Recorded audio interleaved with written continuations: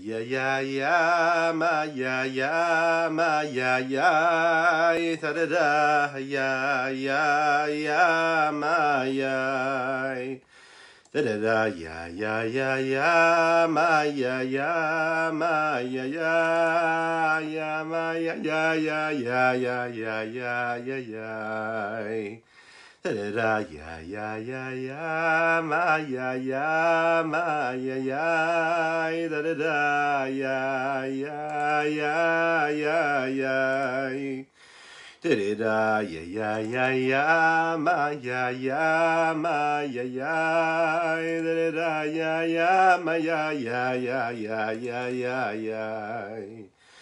da da da da ya yo na ma yo na ma da da da da di da do na da da di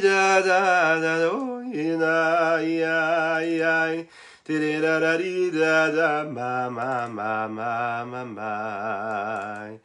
da da da ya ma yo na yo na ma da da da yo na da da da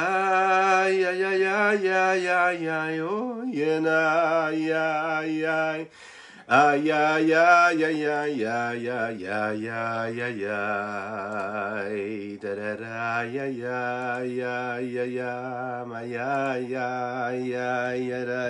da da da di na mo ma ma da da da da da da ma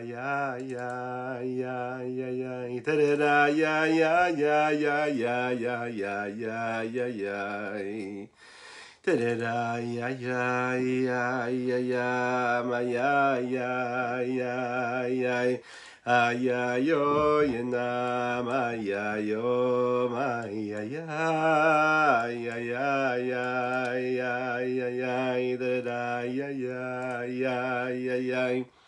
da da da da ma yo yenai. Boker Tov Likoulam, bonjour à toutes et à tous, je suis infiniment heureux de vous retrouver en cette magnifique matinée que Dieu nous offre sur la terre. Nous étudions ce matin la troisième partie de ce magnifique livre, ce petit livre qui n'en est pas un tout petit mais un très très grand. Oui, le Tanya, nous sommes à la troisième partie et nous sommes dans cette partie-là qui s'appelle la Igeret à Teshuvah, la lettre de la Teshuvah. Ah, c'est pas qu'une petite lettre, hein, c'est une belle lettre de Teshuvah. Le Rabbi Shneur Zalman rentre dans ce sujet-là. Il ne va pas nous dire comment faire Teshuvah particulièrement. On va rentrer dans les profondeurs même de cette Teshuvah-là. Qu'est-ce que la Teshuvah? Kadosh Baruch Hu nous attend. Il attend notre retour. Ça fait partie de la vie de chacune et chacun d'entre nous. La Teshuvah, c'est une partie vraiment de notre vie de tous les jours. On doit tous faire Teshuvah, peu importe notre niveau, peu importe ce que nous faisons ou pas d'ailleurs. On doit faire Teshuvah. Un juif, il est toujours dans la Teshuvah. Un juif, il vit la Teshuvah. On va rentrer un petit peu plus dans les détails en regardant ce que le Rabbi Shneur Zalman a à nous dire. Et nous allons parler principalement aujourd'hui de cette Teshuvah qui est nécessaire lorsque l'on fait l'inverse de la volonté d'Hachem.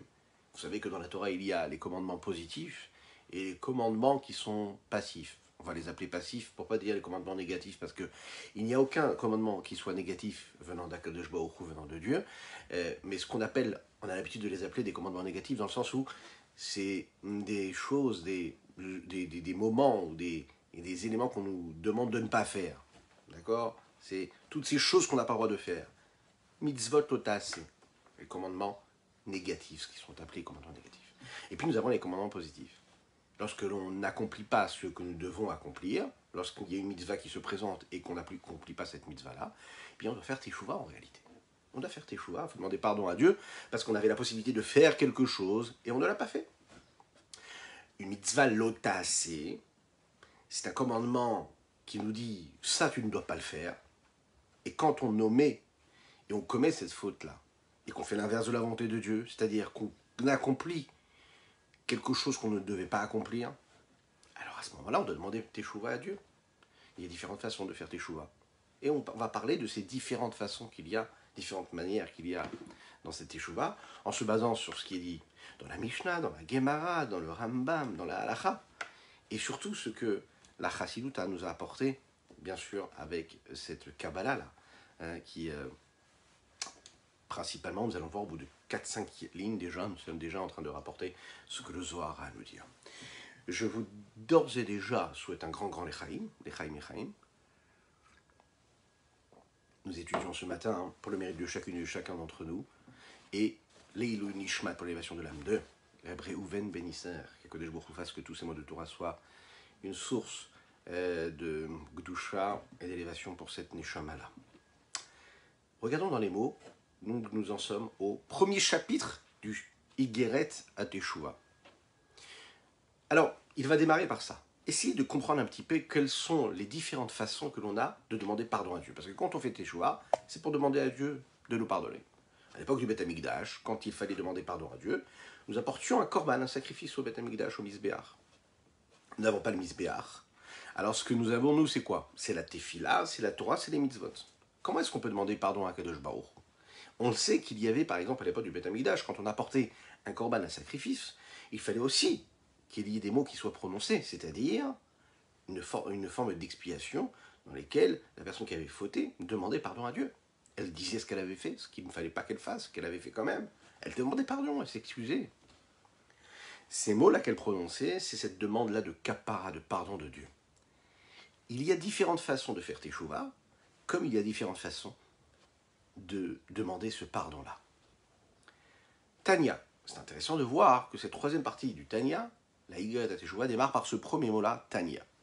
Le même premier mot qu'on a eu dans le Likutei Amarim, la première partie du Tanya. Tanya. Pourquoi Tanya?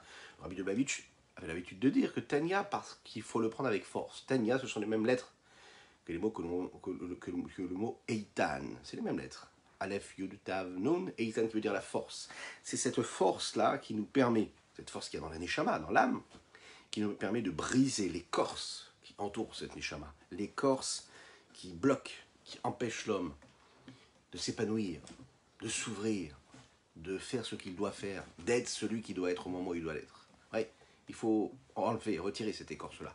Retirer cette peau-là qui bloque, qui nous empêche d'aller là où on devrait aller, de vivre à l'intensité de lien, du contact que nous devons avoir avec Akadosh Baruch Hu, l'infini de Saint béni soit-il.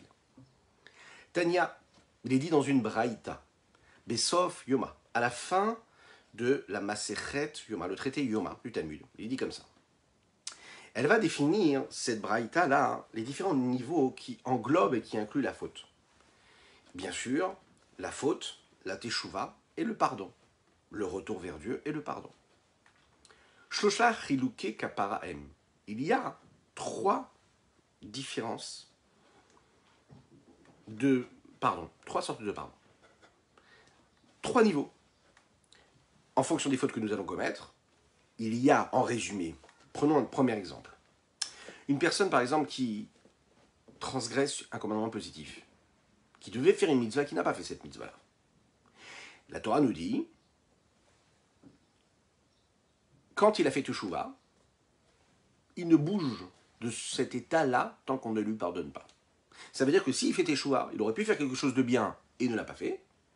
Il demande Teshuvah, il fait Teshuvah, il demande pardon à Dieu, et bien on va lui pardonner. Il y a un commandement négatif qui se présente à lui. Tu ne dois pas le faire, et tu le fais quand même. Et puis tu fais Teshuvah. Alors à ce moment-là, ce qu'on appelle la Teshuvah, elle est en suspens. Il retourne vers Dieu, elle est en suspens. Et quand arrive le jour de Yom Kippour, Akadosh Baruch Hu va lui pardonner cette faute-là qu'il a pu commettre.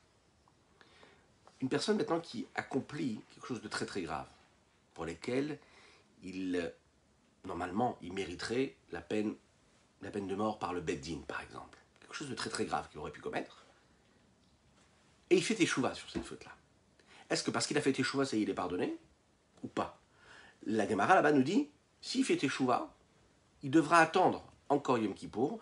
Donc la Teshuvah et le jour de Kippour, ça met en suspens les fautes qu'il a pu commettre, des fautes très très graves, hein, qui sont passibles de peine de mort.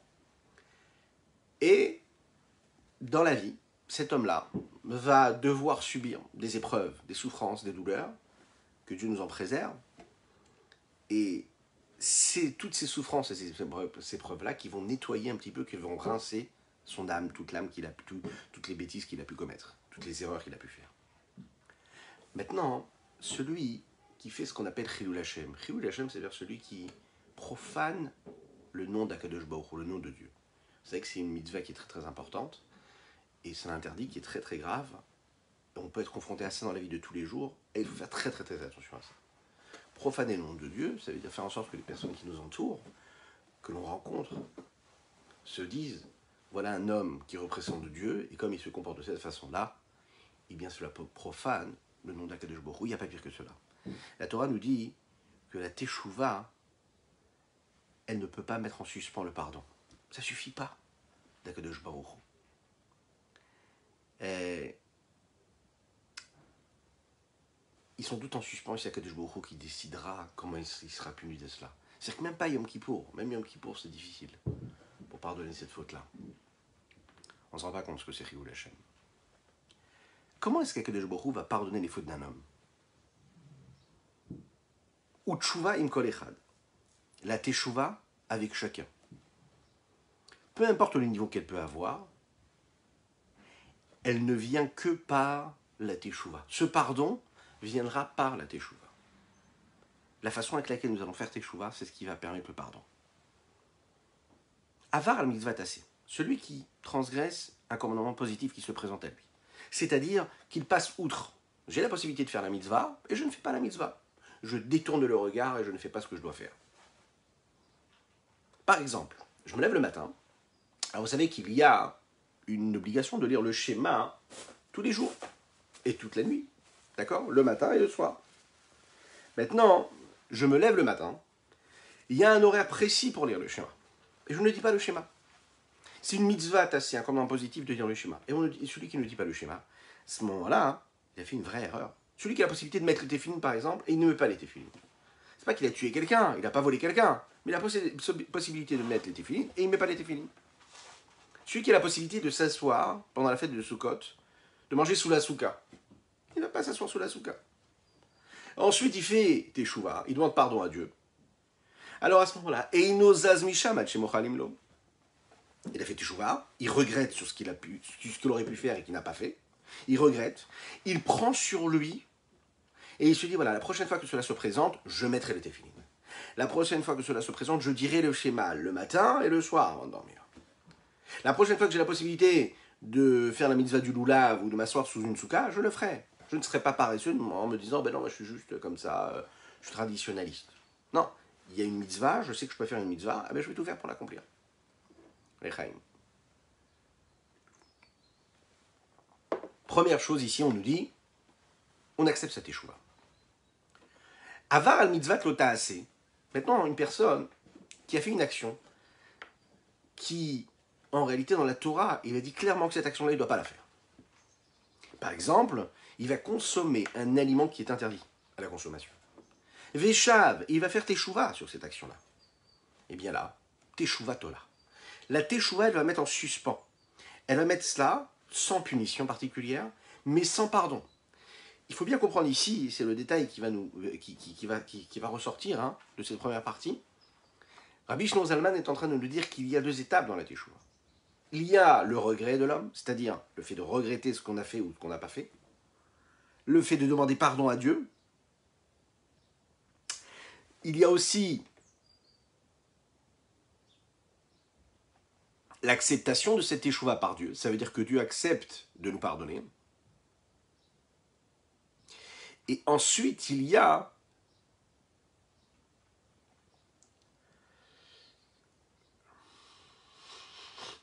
est-ce qu'on va appeler ça est-ce qu'il va y avoir une punition ou pas? Ou est-ce qu'il va y avoir l'acceptation de la teshuva? Ça, c'est différentes étapes qu'il y a dans cette teshuva-là. Il doit regretter. Ensuite, Dieu doit le pardonner. Pardon de le dire, mais une personne, par exemple, qui va consommer un aliment qui est interdit, ok, et qui va faire teshuva.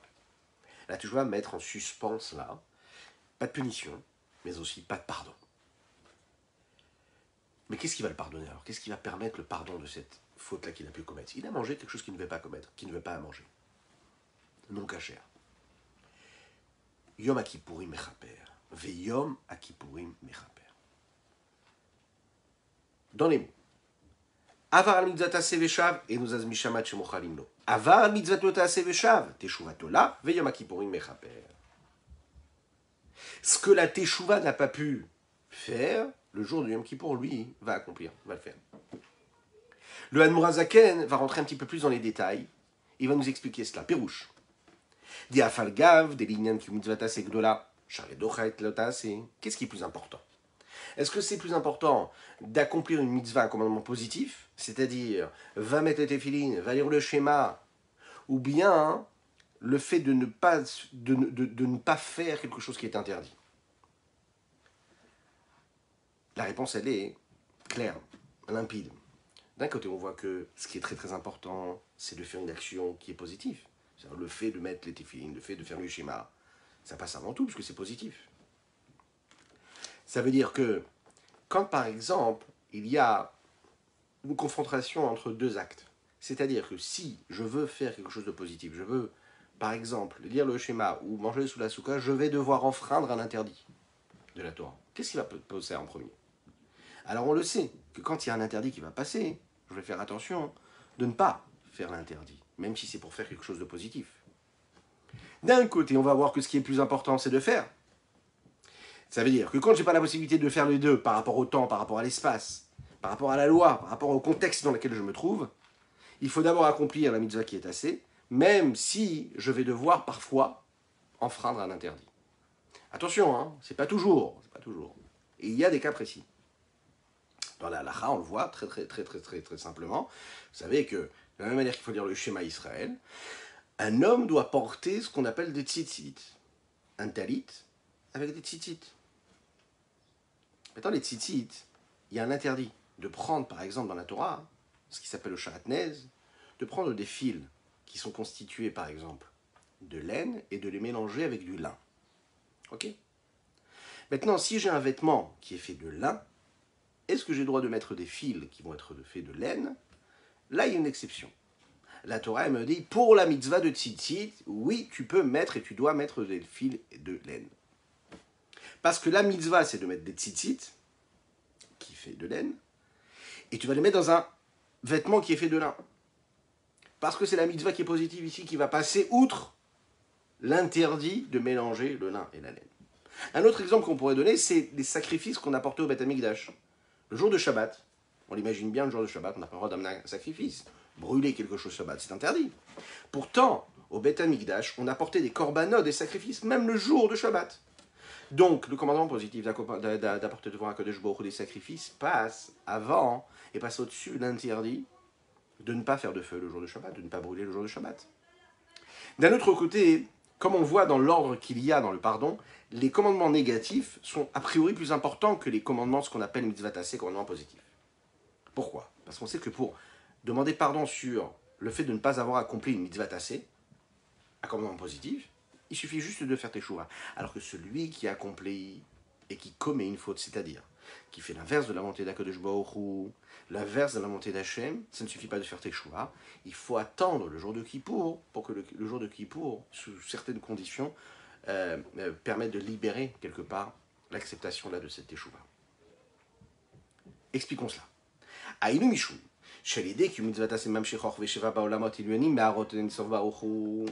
Et là, le Hanmourazaken va nous expliquer un petit peu pour quelles raisons cette mitzvah tassé, elle met en mouvement et elle permet cet enchaînement de faits qui vont permettre le pardon et que ça va pas du tout être le même cas dans un commandement négatif.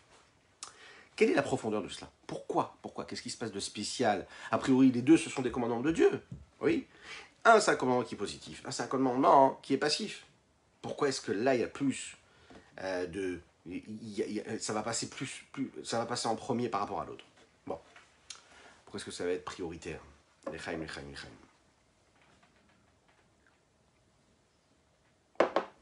Chaque mitzvah qu'un homme fait, Rabbi Shimon Zalman me le dit ici, basé sur ce que le dit le Zohar, ajoute une lumière ici-bas sur terre. À chaque fois que tu mets les téphilines, tu amènes de la lumière sur terre. À chaque fois que tu vas manger sous la souka, tu amènes des téphilines. Tu amènes de la lumière. À chaque fois que tu vas mettre les téphilines, à chaque fois que tu vas embrasser la mezouza, tu vas placer une mezouza au linteau de ta porte à la maison, tu apportes de la lumière sur terre. À chaque fois que tu vas dire le schéma Israël le matin et le soir, tu amènes de la lumière sur terre. Tu amènes une énergie divine encore plus, tu rajoutes de la lumière sur terre. Plus tu fais des mitzvot, plus tu cours après les mitzvot, plus tu amènes de la lumière sur terre. Et un homme, la raison d'être, sa raison d'être, la raison pour laquelle Kadosh Baruch Hu a décidé de le faire descendre sur terre, de le faire naître, c'est pour qu'il y rajoute encore une fois des mitzvot, des mitzvot. Une mitzvah et encore une mitzvah, parce que chaque mitzvah qu'il va faire, il va rajouter de la lumière. C'est-à-dire qu'il faut réussir à mettre de côté tout ce brouillard dans lequel on est dans la vie de tous les jours, cette course effrénée, dans cette vie matérialiste, dans les problèmes, pas les problèmes, les soucis, pas les soucis, qui sont parfois réels. Se rappeler, se recentrer un petit peu. Se rappeler qu'on est là pour une seule mission. La mission d'un juif, c'est quoi?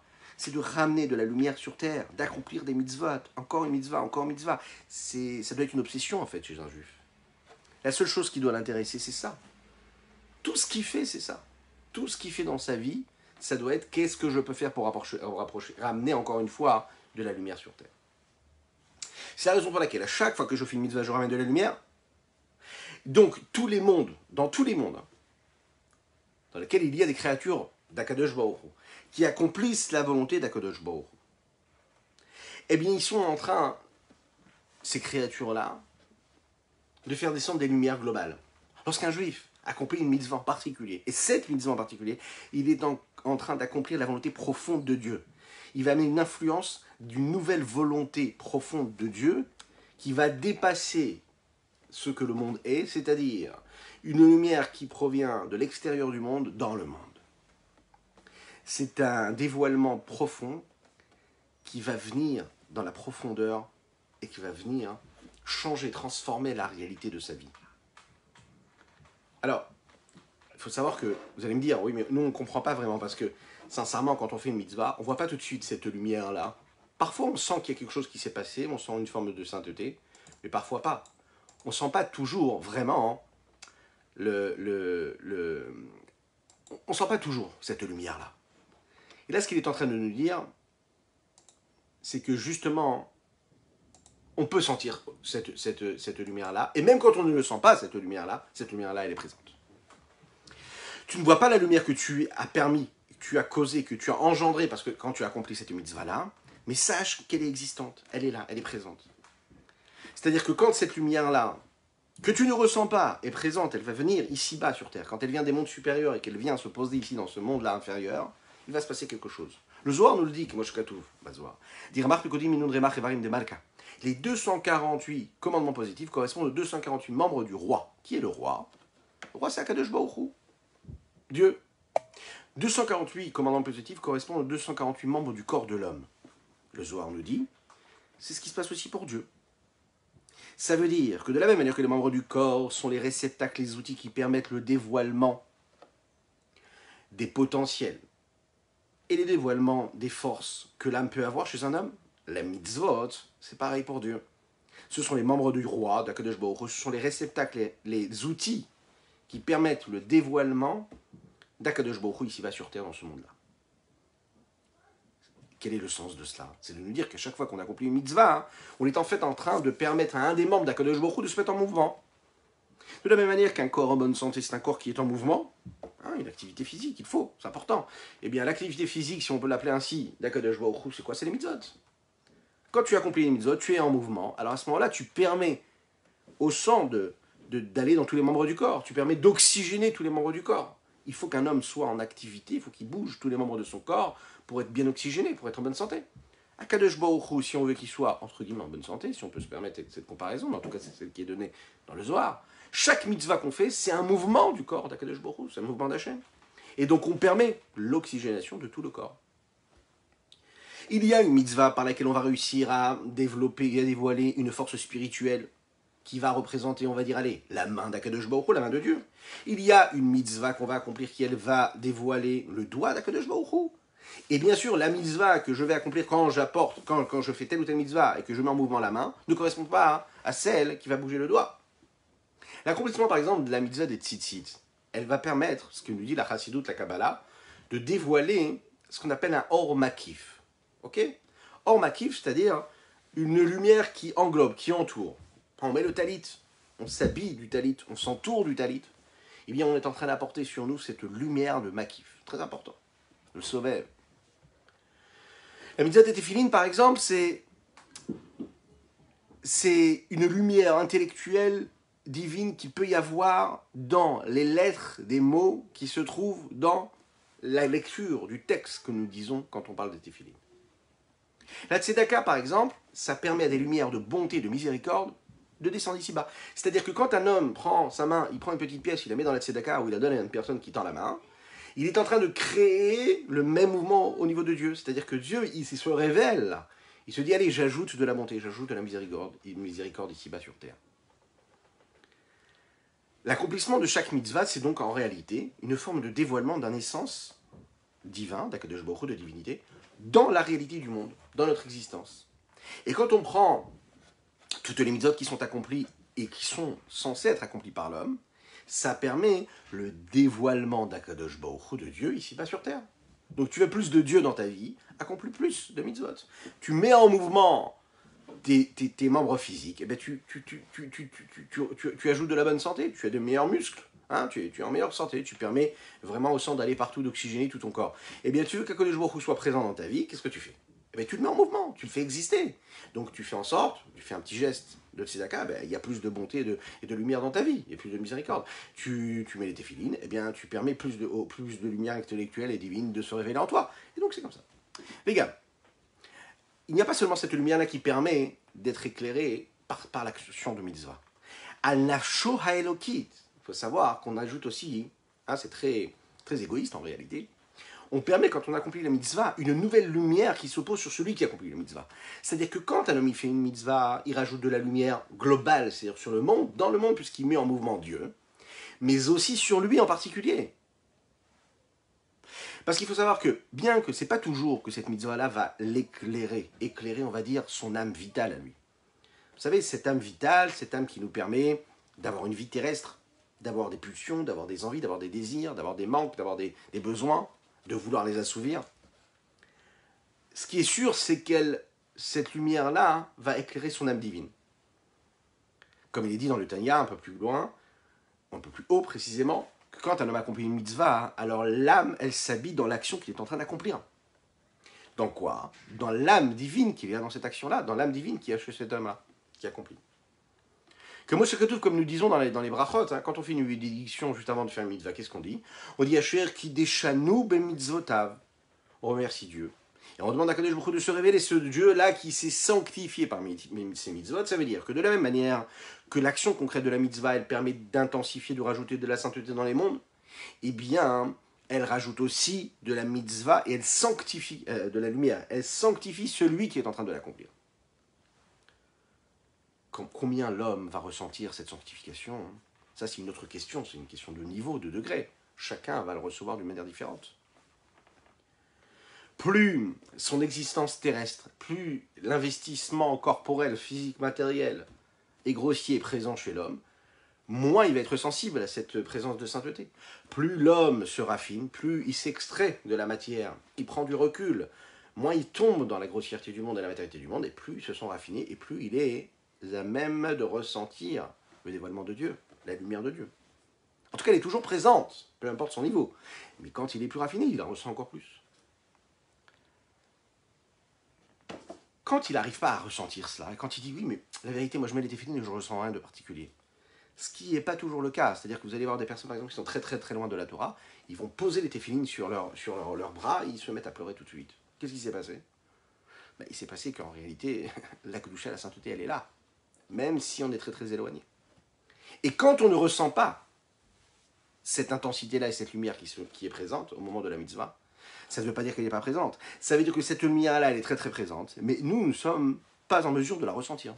Mais elle est toujours là. C'est la raison pour laquelle l'importance de la mitzvah, c'est de le faire. Et c'est plus important de faire quelque chose de positif que de ne pas faire quelque chose de négatif. Qu'est-ce que cela veut dire? C'est la raison pour laquelle, quand il y a un commandement négatif qui se présente à nous, on va privilégier l'action positive au fait de ne pas faire quelque chose de négatif.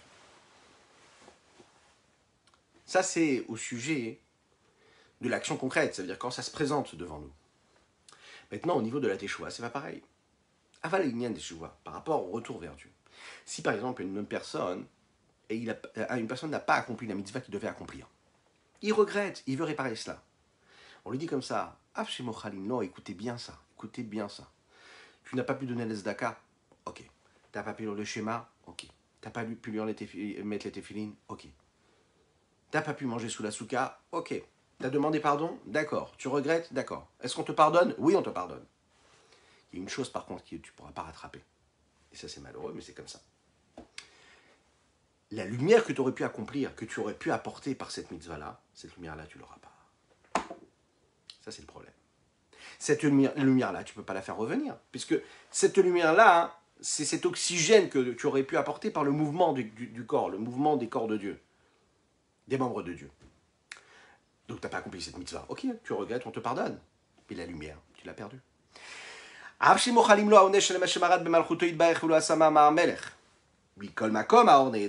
qu'on lui pardonne et on lui enlève la punition du fait qu'il est omis d'accomplir la volonté de Dieu, qu'il se soit un petit peu révolté, c'est un petit peu ça, hein, contre la royauté d'Akadosh Baruch Hu, puisque Dieu lui demande de faire quelque chose, le roi demande de faire quelque chose et qu'il ne fait pas, quand même, Mikol Makom Aaron Eda, la lumière, elle va manquer. Il faut savoir que dans chaque Avera, dans chaque transgression, il y a deux bases. La première, elle est globale, l'autre, elle est beaucoup plus précise. La première, c'est déjà que tout celui qui fait l'inverse de la volonté d'Akadosh Baruch Hu, eh bien, il est en train de se révolter. Il fait l'inverse de la royauté céleste. De la volonté de la royauté céleste. Akadosh Baruch Hu lui a demandé de faire. Lui, il l'a pas fait. Chaque mitzvah, que ce soit une mitzvah positive ou négative, que ce soit une mitzvah qui nous paraît légère, comme une mitzvah qui nous paraît grave, lorsqu'un homme va faire teshuva, il va regretter, le roi lui pardonne. Mais il y a un autre côté à cela, à cette transgression, comme dans toute transgression. C'est que la mitzvah, elle crée une nouvelle lumière, nous l'avons dit dans la réalité, dans l'existence. Ce qu'on appelle Evarin des Malka, les membres du roi. Et de la même manière que les membres du roi, ceux qui amènent la vitalité au corps et au monde, l'œil, lui, c'est ce qui va permettre quoi? À cette capacité que nous avons de voir. La tête, c'est ce qui donne à l'homme la possibilité intellectuelle de comprendre ou de réfléchir. La main, de faire vivre la bonté. La même chose, les mitzvot, celles qui vont amener la vitalité de Dieu à Kadosh Baruch Hu sur terre et dans le monde. Et dans l'homme. Et si un homme n'accomplit pas la mitzvah comme il doit l'accomplir, alors cette lumière là-bas est vacante. C'est paradoxal, mais le fait de ne pas accomplir une mitzvah, même qui peut nous paraître très très très légère, bien que le pardon est beaucoup plus facile, le dégât est beaucoup plus grand. Pourquoi? Parce que tu ne pourras jamais réparer le manque que tu as causé parce que tu n'as pas accompli ça. Tu ne pourras jamais faire revenir cette lumière que tu aurais pu faire venir.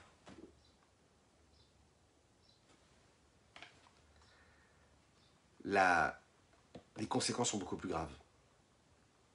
En fait, l'idée même du pardon, il faut bien comprendre ça, hein, c'est très, très, très intéressant.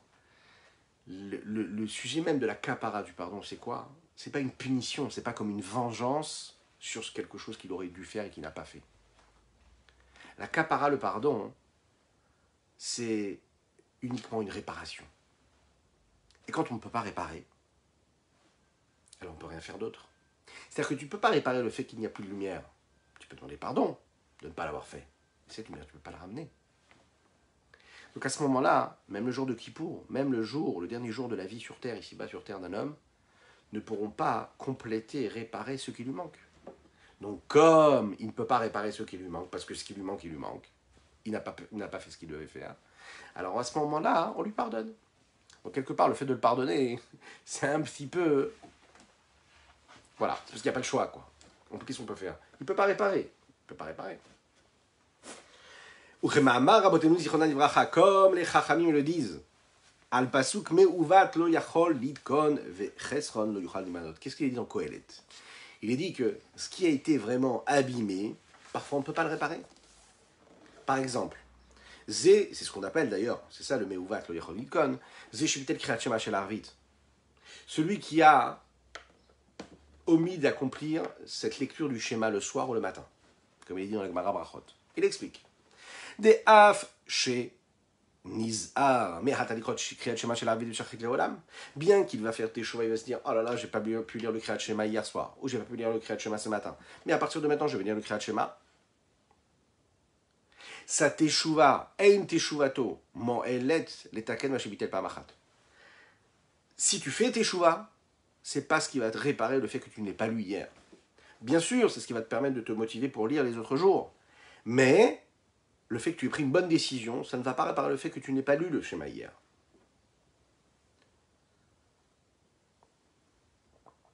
Pourquoi? Parce que pendant ce laps de temps-là, précis, particulier, où tu avais la possibilité de faire cette mitzvah, tu ne l'as pas accomplie.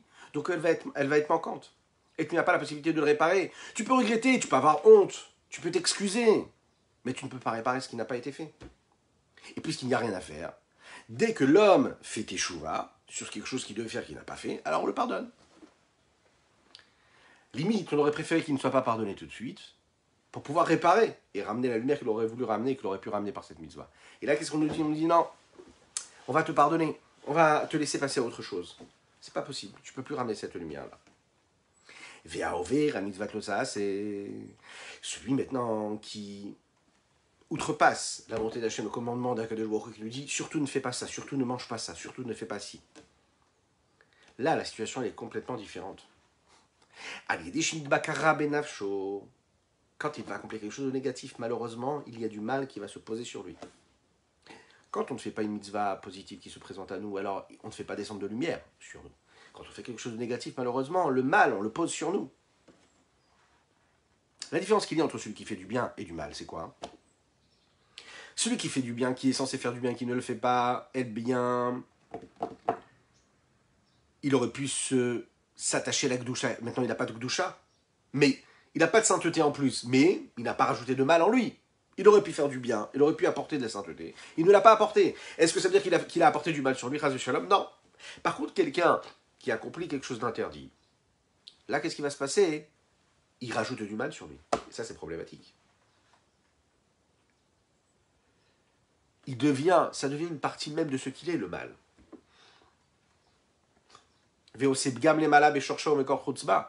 Et il va faire du mal, il va abîmer même la source et la racine même de son âme. Une personne, par exemple, qui va malheureusement manger un aliment qui est interdit. Alors, ce qu'il va abîmer, ça ne va pas abîmer juste son corps, que le corps qui a mangé cet aliment-là. Ça va aussi abîmer son âme. Et pas seulement la partie la plus basse qu'il y a dans son âme, qui fait vivre le corps, même la racine profonde, supérieure, suprême qu'il y a dans son âme, dans la source de sainteté de laquelle vient son âme. Bilevushim de Yud Sfirot de Asiya. Comment? Eh bien, dans ces vêtements-là, qui sont ces séphirotes, les séphirotes du monde d'Asiya, que Moshe Katuv et Tikkun Zohar, comme il est dit dans l'introduction de Tikkun Zohar, Levushim tekinat lon, deminayu pachin nishmatim livne nasha. Ces vêtements, ces outils-là, tu leur as donné à ces séphirotes. D'où viennent, d'où poussent toutes les âmes de tous les hommes. De source et la racine de toutes les âmes, comme l'explique très très bien le Rav Adin Even Israël dans son explication du Tanya.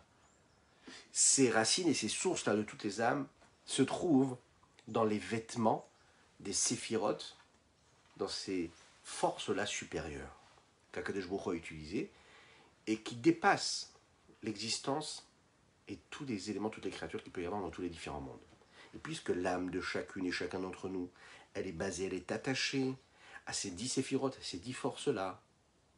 Alors quand un homme accomplit ce qu'il ne doit pas accomplir, quand un homme fait une avéra et qu'il abîme son corps, il abîme aussi son âme, mais pas seulement son âme ici-bas qui est rattachée à son monde terrestre, mais aussi à la source de son âme qui se trouve dans les séphirotes. Donc imaginez l'impact quand on fait quelque chose qu'on ne doit pas faire. De la même manière qu'un homme, quand tu fais une mitzvah, il apporte de la lumière ici-bas, mais une lumière qui va éclairer tous les mondes, mais aussi lui en particulier. La Havera, c'est pareil.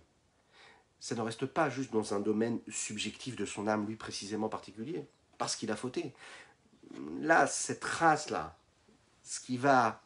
toute cette fissure-là qu'il va créer, cette trace qu'il va laisser, elle est là dans toute l'existence. Elle est là dans toutes les créatures. C'est-à-dire que dans le monde, il a créé quelque chose de négatif. Ça n'implique pas qu'un homme qui faute, qui mange un aliment interdit, c'est pas juste lui qui l'a abîmé. C'est pas juste son corps ou son âme. C'est la source de son âme, mais c'est la source de tous les corps. Ça va jusqu'à même les séphirotes qui sont en haut. Donc en fait, c'est un problème pour tous les mondes, pour tout le monde. C'est un petit peu, ça devient le problème de Dieu, quoi. C'est un problème de Dieu, c'est pas juste le problème de l'homme. Et là, il va falloir réparer. de manière globale, mais aussi de manière précise et particulière. Bien que l'homme regrette personnellement d'avoir fait cette faute-là, il va falloir faire autre chose, quelque chose d'autre, qui va réparer tous les dégâts que ça a pu commettre. C'est la raison pour laquelle on va dire que l'écart en kapara nafsho. Il peut y avoir de pardon à son âme, velo le maala, adieu ma kippourim, non seulement pour son âme, ni pour la partie beaucoup plus globale de la racine de son âme dans les séphirotes qui sont supérieures, jusqu'à ce qu'arrive le jour de Yom Kippour. Pourquoi? Parce que le jour de Yom Kippour, Akadosh Baruch Hu, il pardonne chacun et chacune, mais il pardonne aussi également globalement tout le Ham Israël, tout le peuple juif. Donc quand il va pardonner tout le Ham Israël, ce pardon-là va pardonner, donc il va réparer quelque part la faute qu'il a pu commettre et ce qu'il a pu engendrer comme de négatif sur tous les mondes et tous les niveaux supérieurs. L'écart, en kapara nafsho. C'est la raison pour laquelle lui tout seul, ça ne peut pas marcher pour lui, que pour lui. Au sujet du Yom Kippour, le jour du pardon, il est dit dans Chumash Vaikra, Vichiper al Kodesh mitumot ben Israël ou Pichem. À Kadesh Baruch Hu, le jour de Kippour, il va, par sa force et la profondeur de cette kapara-là, pardonner sur la sainteté qui a été blasphémée par toutes les impuretés de tout le peuple juif et toutes leurs fautes qu'ils ont pu commettre. Et il a dit, ce jour-là, Kadesh Baruch Hu nous pardonnera, nous purifiera de toutes ces fautes. L'ifne Hashem titeharu, devant Dieu vous serez purifiés. Le Rabbi Shneur Zalman ici précise, il dit, l'ifne Hashem daika, devant Dieu. Ça veut dire que Yom Kippour c'est quoi? C'est-à-dire qu'on est dans l'intérieur même, on est au-dessus même de tout ce que peut être, comme il explique ici, le Rabbin d'Israël, ce que le nom d'Akadosh Baruch Hu Yud Kei Vav Kei peut être. Ce Yud Kei Vav Kei qui crée le monde, quand on va demander pardon le jour de Yom Kippour, on va dépasser même la dimension de l'existence du nom de Dieu qui est dans le monde, dans les créatures du monde. On va dépasser ce niveau-là, on va aller dans la profondeur même de Dieu. Et comme on dépasse la réalité de ce monde dans lequel nous vivons, qui lui a été impacté, influencé et touché par les fautes qu'on a pu commettre, cette élévation qu'on ressent tous, que tout le peuple juif ressent le jour de Kippour, qui dépasse tous les mondes, c'est elle qui permet quelque part de créer quelque chose de nouveau. Une nouvelle dimension qui, elle, fera en sorte que toutes ces fautes qu'on a pu accomplir, toutes ces traces qu'on a pu laisser avec ces fautes qu'on a pu accomplir, elles vont disparaître parce qu'on rentre dans une nouvelle réalité. On va aller chercher quelque chose de nouveau le jour de Kippour. En fait, il faut regarder le rapport qu'il y a entre un commandement positif et un commandement négatif de manière beaucoup plus globale.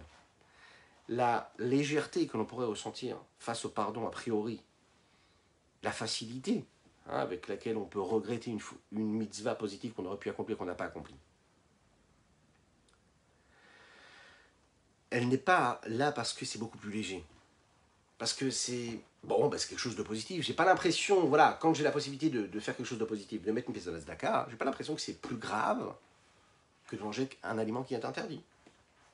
Et là, on est en train de nous dire, sache que c'est parfois encore plus grave. Parce qu'en réalité, la facilité avec laquelle tu as la possibilité de demander pardon, c'est l'inverse. C'est parce que tu n'as pas moyen de faire autre chose qu'on te rend la tâche plus facile. Parce que c'est très très grave, parce que l'essentiel même de ce manque qui a été créé parce que tu aurais pu faire et que tu n'as pas fait, tu ne peux pas le réparer. C'est pas possible de revenir en arrière. La lumière, tu ne pourras pas la faire redescendre. Par contre, quand tu as fait une avéra sur une mitzvah qui n'est pas, c'est-à-dire que tu ne dois pas faire, tu ne dois pas consommer un interdit, tu dois respecter Shabbat, tu ne dois pas enfreindre le jour du Shabbat. Tu peux, le jour de Kippour, le faire disparaître. On va le voir, attention, j'ai pris l'exemple des aliments interdits. C'est pas juste le jour de Kippour qui peut nous permettre ça, qui peut permettre le pardon. On va voir qu'il y a différents niveaux de pardon par rapport aux différentes fautes. Pourquoi? Parce que celui qui enfreint un commandement qui est négatif, lui, il doit attendre le pardon du jour de Kippour. Celui qui enfreint une mitzvah positive, puisque le jour de Kippour ne pourra pas rattraper ce qu'il a manqué, il n'a pas besoin d'attendre le jour de Kippour. Qu'est-ce qu'il doit faire? Il doit faire tout de suite faire teshuva. Et dès qu'il fait teshuva, eh bien, il est pardonné. C'est la raison pour laquelle, ce qui est dit ici dans la Braïta, c'est de nous dire, ne t'imagine pas que tu peux rendre léger et donner moins de force et d'incidence aux mitzvahs positives qui se présentent à toi et que tu dis, c'est pas grave, je les balaye d'un revers de main, c'est pas grave. elles se représenteront. Non, à chaque fois que ça s'est présenté, tu dois l'accomplir. Au Vifrat, et précisément, Talmud Torah dans le Talmud Torah. Une personne qui a, vous savez, on a l'obligation d'étudier la Torah toute la journée, toute la nuit, a priori. Quand on n'étudie pas la Torah le jour et la nuit, c'est parce qu'en fait, on doit être en train de travailler pour subvenir aux besoins de nos familles, ou bien parce qu'on est en train de faire une autre mitzvah. Mais sinon, un juif, il doit étudier la Torah toute la journée, toute la nuit. Quand il va se reposer, c'est pour prendre des forces pour vivre sa vie de juif. Quand il va faire un petit peu de sport, c'est pour être en bonne santé. Quand il va manger, c'est pour être en bonne santé. S'il n'y a pas ces raisons-là, s'il est en train de perdre du temps, juste comme ça, c'est interdit. Donc à chaque fois que tu as la possibilité d'étudier la Torah et tu n'étudies pas la Torah, c'est très très grave. C'est chayav karet en réalité. Ah ouais. Imaginez un petit peu ce que ça veut dire. On est retranché du peuple. Enfin c'est plus que ça. Plus que retranché.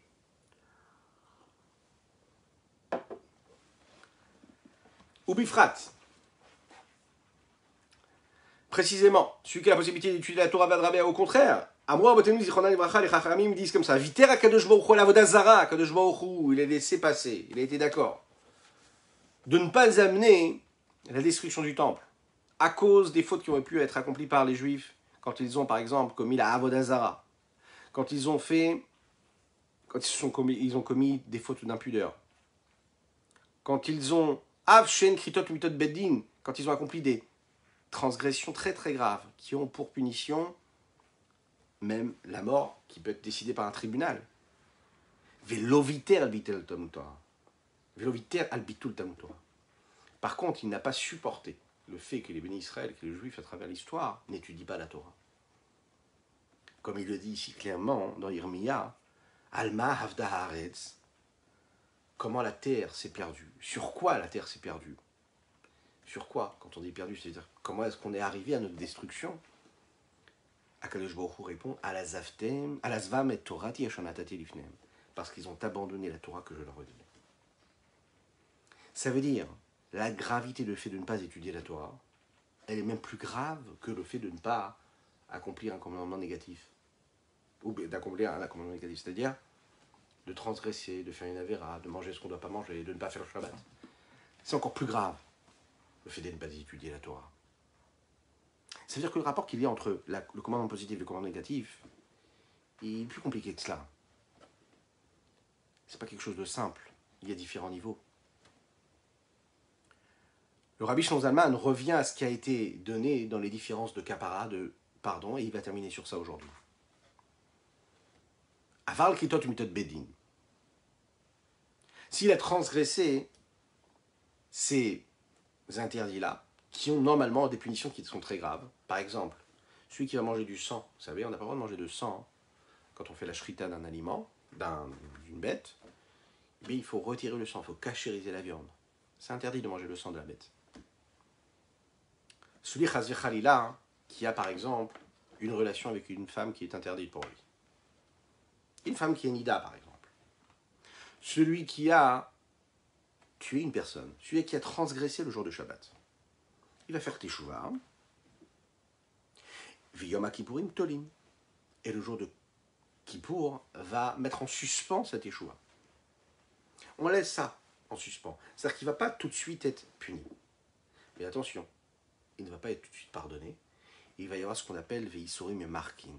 Parfois, il va avoir des épreuves, des souffrances, qui eux vont rincer. Ils vont effacer quelque part cette faute-là. Pirouche, qu'est-ce que cela veut dire? Gomrin akapa. Il y a deux sens en cela. Quand on dit memarkin, c'est-à-dire qu'ils vont rincer, qu'ils vont laver, ils vont aller, on va dire, ils vont accomplir, ils vont finaliser quelque part cette kapara. Ou milachon merika ou shtifa. Un, c'est le fait de nettoyer, de rincer, de laver, mais aussi ensuite les tsartseach et anefesh. Arriver même à faire briller quelque part son âme après ce pardon-là.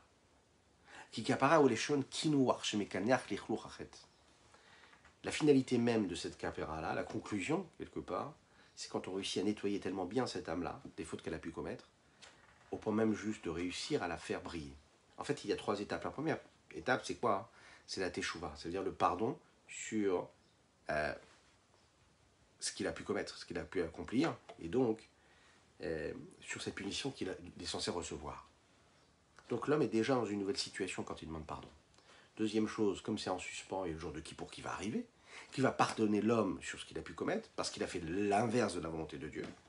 Et il y a troisième étape, c'est la conclusion de ce pardon-là, quand l'homme, parfois, va recevoir des épreuves, et il y a des épreuves, des difficultés, malheureusement, ce qu'on souhaite à personne dans la vie, qui vont faire en sorte que cette âme-là va se rincer, va se laver et va briller encore plus qu'elle ne le faisait avant.